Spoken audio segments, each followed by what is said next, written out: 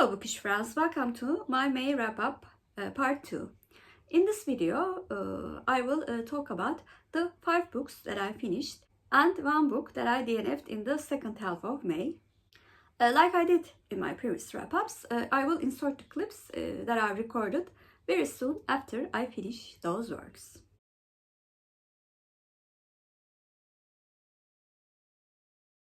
Today is the 16th of May and I finished the book that I was reading, which I picked from my TBR Weds Cup last month, Mahur Beste by Ahmet Hamdi Tanpınar. In this book, we follow the lives of various people who are interconnected either through marriage or friendships, living in the Ottoman Empire in the time periods between the middle of 19th century and right at the beginning of 20th century. The daily lives of these characters are described so that we can understand the political and the social situation in those times in the empire. Although it is a bit hard for me to summarize the book because there are so many characters and so many events, I thought the book was written extremely well. I already knew that Ahmet Hamdi Tanpınar had an extraordinary writing style since I read Saatleri Ayarlama Enstitüsü, Time Regulations Institute by this author. And in this debate novel, he plays with the words so well and describes the events so vividly. I read the book in a very short period of time without ever feeling confused because of the alternating points of view, and I also did not have trouble understanding the motives and the feelings of the characters in only about 20 pages or maximum 35 pages for each of the characters. Overall, it was a really good book, and I gave Mahur Beste by Ahmet Hamdi Tanpınar an 8 out of 10.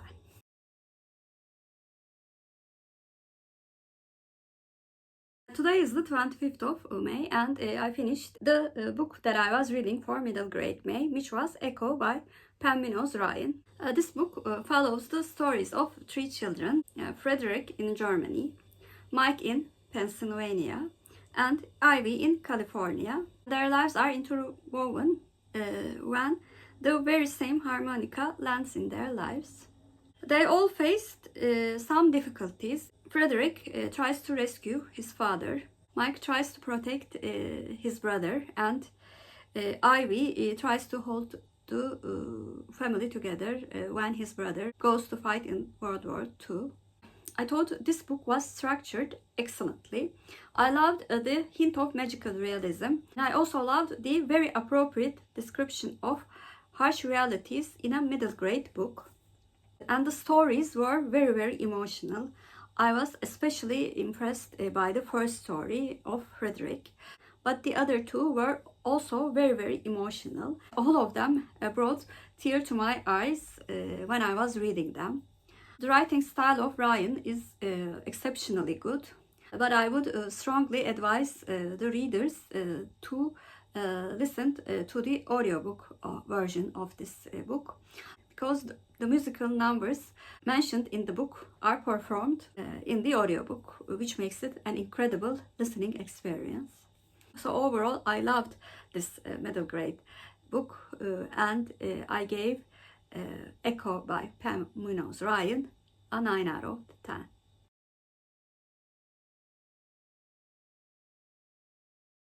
It is the later hours of 25th of May again, and I finished Tess of the Dobberwells by Thomas Hardy. I buttered this book with Emily at Novel Novels, and I guess with this book I also participated in Miserymay. This book we follow Tess, a poor girl from rural England who has just found out that she is related to a family with historical nobility, and with the insistence of his family, and because she needs money to buy a new horse for the one that she accidentally killed, she accepts a position in the Dobberwells home, her newly related family, as the companion of the elderly Mrs. Dobberwell. I have previously read Far From Madding Crowd by this author. To be honest, I didn't like that book very much because so many of my friends really like Thomas Hardy. I really wanted to give this author a second chance. Emily and I decided to read this book together. This was a reread for Emily, and this is a book that she really likes. I can't really understand why she likes this book because the writing of Hardy is quite poetic and it flows. However, it was too much detailed for me. I really skim read some of the parts describing the process of producing dairy in dairy farms. The plot was very interesting, although quite dramatic in true sensational Victorian style. I also really liked the character of Tess up until a point. However, this book was the most outdated book that I have read among the Victorian classics that I've read. Thomas Hardy in the future will not be an author that I will prefer when I want to read Victorian classics. With all of these conflicting thoughts, I decided to give Tess of the D'Urbervilles a 7 out of 10.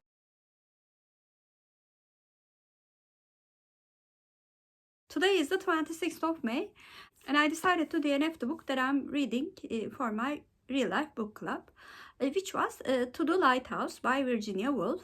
In this book, we follow Mr. and Mrs. Ramsay and their 8 children, as well as some of their neighbors in the Scottish town that they are staying for their summer holiday. There are some authors who are very capable, but I have to admit they are not the authors for me. I think Virginia Woolf is one of those authors. Although it was written quite well, this book was written in a stream of conscious way, and also structure of the book was a bit chaotic, which was definitely a no book for me. That's why I decided to DNF To the Lighthouse by Virginia Woolf.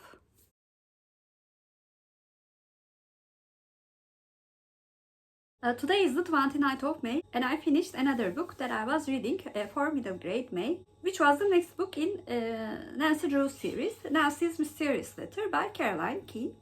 I'm reading this series along with the group created by miserymay. In this book, the mailman states that there are letters addressed to both Nancy and her father. Nancy and Hannah, the housekeeper, offers the mailman some refreshments. The bag carrying all of these letters are stolen. Nancy tries to find out who stole the letters, as well as the mystery of the letter that is said to be another Nancy Drew, including the details about the inheritance that the other Nancy received. During this investigation, Nancy's boyfriend, Ned, as well as Bess and George help her a lot. The mystery in this one depended too much on the coincidence, to be honest. However, I really liked the construction of the mystery, and the solution of the mystery was not as clear as the previous books in the series, which made me read the book a little bit faster than usual. I really liked the inclusion of Ned in the story, so it was another very decent middle grade mystery book, and I gave Nancy's Mysterious Letter by Carolyn Keene 7 out of 10.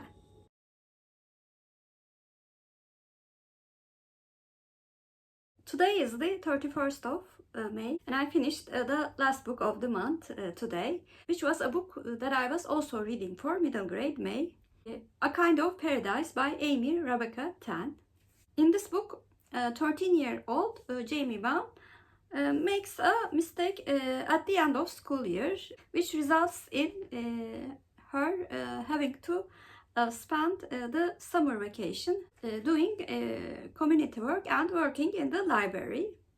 In the first day, Jamie sees this as a punishment and really becomes ashamed of working there.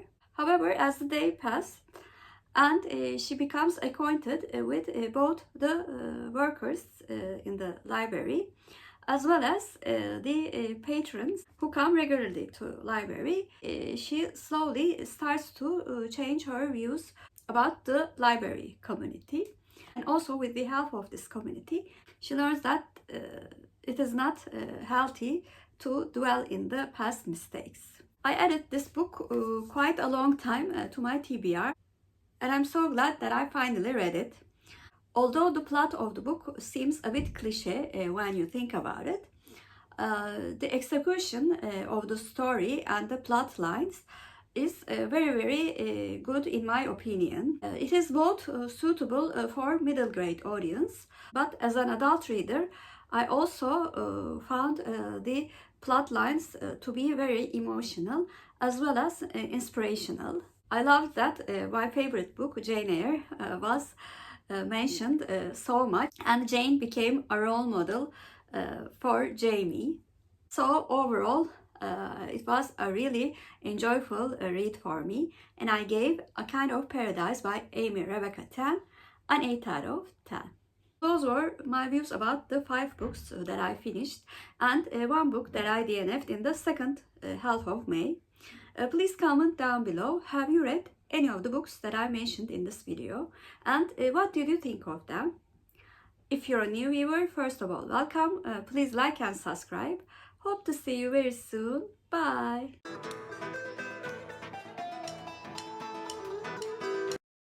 As for Turkish word of the day, I'm going to choose echo. Echo means yankı in Turkish, and yankı is our Turkish word of the day. Have a good day.